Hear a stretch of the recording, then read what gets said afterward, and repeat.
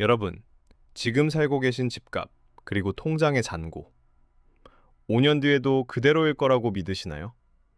아니, 5년 뒤에도 그 가치가 지금과 같을까요? 세계 최고의 투자은행 골드만삭스는 최근 한국을 향해 섬뜩한 경고를 날렸습니다. 한국은 지구상에서 가장 먼저 사라질 국가다. 단순히 애를 안 낳아서 인구가 준다는 뻔한 이야기가 아닙니다. 당신의 은퇴 자금, 국가 시스템, 그리고 오늘 사 먹는 점심값의 가치까지 모든 것이 송두리째 무너지는 신호탄이 이미 터졌다는 뜻입니다. 지금 이 순간에도 글로벌 거대 자본은 한국에서 조용히 짐을 싸고 있습니다. 오늘 이 영상 끝까지 보시면 왜 지금이 우리 생애 최대의 위기이자 마지막 기회인지 알게 되실 겁니다. 이슈 한 권이 팩트만 날카롭게 정리해드립니다. 구독과 좋아요는 여러분의 소중한 자산을 지키는 첫걸음입니다. 지금 시작합니다. 세계 경제를 주무르는 거대 자본 골드만삭스가 최근 발표한 보고서는 우리에게 사형선고나 다름없었습니다. 이들은 2075년이 되면 한국의 경제 규모가 필리핀이나 나이지리아보다 작아질 것이라고 못 박았습니다.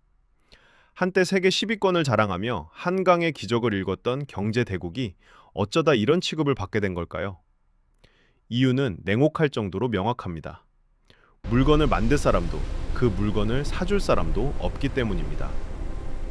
경제학에서 국가는 하나의 거대한 공장과 같습니다. 공장의 기계는 최신식이고 반도체 기술은 세계 인류인데 정작 그 공장을 돌릴 숙련공이 사라지고 있다면 그 공장의 미래 가치는 얼마일까요? 외국인 투자자들은 이미 차가운 계산기를 두드리고 있습니다. 한국에 투자하는 건 침몰하는 타이타닉의 1등석 티켓을 사는 것과 같다. 이 냉정한 평가가 내일부터 당장 여러분의 지갑에 어떤 충격을 줄지 지금부터 하나씩 파헤쳐 보겠습니다.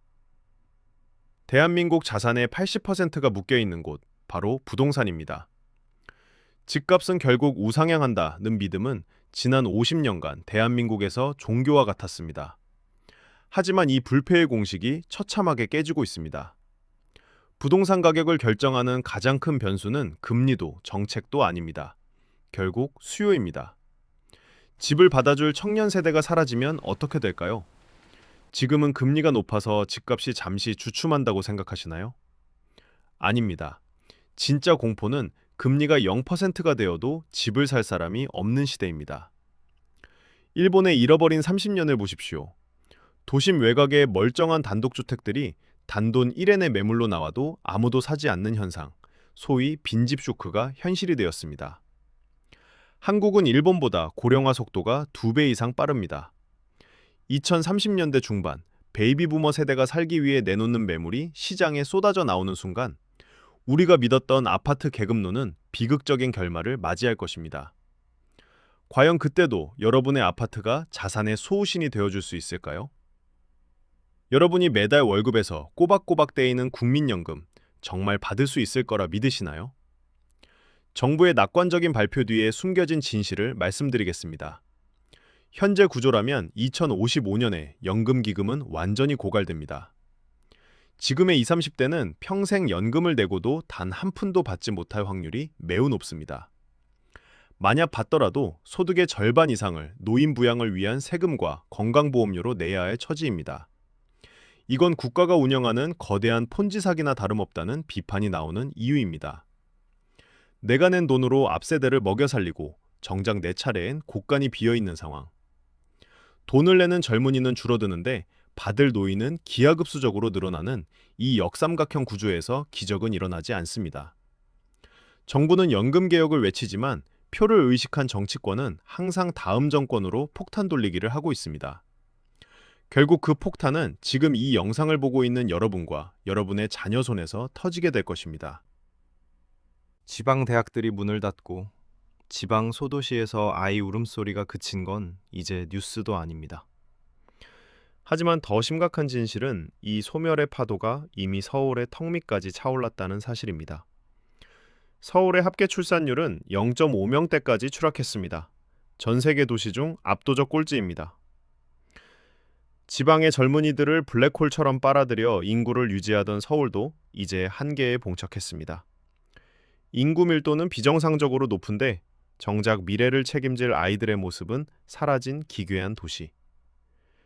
사람이 떠난 도시의 인프라를 유지하기 위해 수도세, 전기세, 교통비는 감당할 수 없을 만큼 치솟을 것입니다. 치안과 복지 서비스는 차례로 마비될 것이고 화려했던 강남의 빌딩 숲도 유지 비용을 감당하지 못해 슬럼화될 수 있다는 경고가 나오고 있습니다. 우리가 알던 화려한 서울의 모습이 유지될 수 있는 시간, 생각보다 길지 않습니다.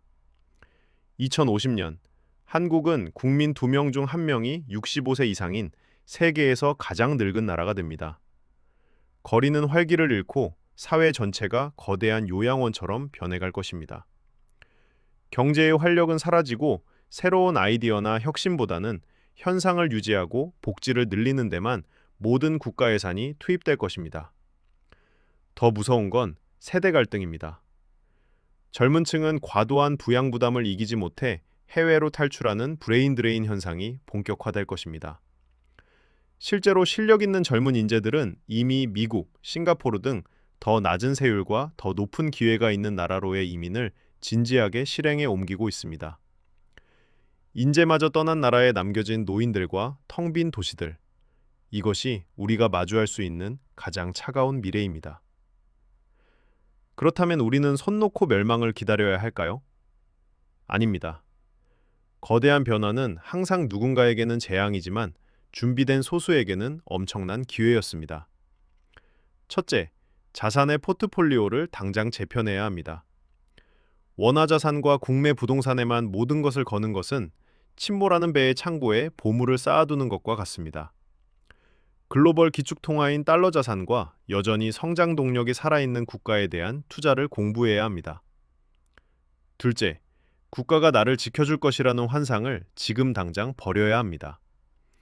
이제는 완벽한 각자 도생의 시대입니다. 국가 시스템이 흔들릴 때 나를 지켜줄 수 있는 건 결국 나의 지식과 분산된 자산뿐입니다. 인구 구조의 거대한 흐름을 읽는 안목이 여러분의 남은 50년을 결정할 것입니다. 대한민국은 5천년 역사 속에서 수많은 위기를 극복해왔습니다. 하지만 이번에 마주한 소멸이라는 적은 그 어떤 외세의 침략보다 강력하고 조용합니다. 골드만삭스의 경고는 단순히 숫자의 나열이 아닙니다. 우리에게 주어진 마지막 골든타임이라는 강력한 경고음입니다. 오늘 정리해드린 대한민국 소멸 시나리오, 여러분은 어떻게 생각하시나요? 과연 우리는 이 거대한 파도를 넘을 수 있을까요? 여러분의 솔직한 의견을 댓글로 들려주세요.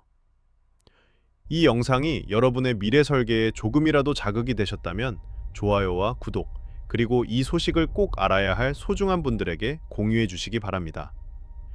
이슈 한 권은 내일도 여러분의 눈과 귀가 되는 날카로운 분석으로 돌아오겠습니다. 시청해 주셔서 감사합니다.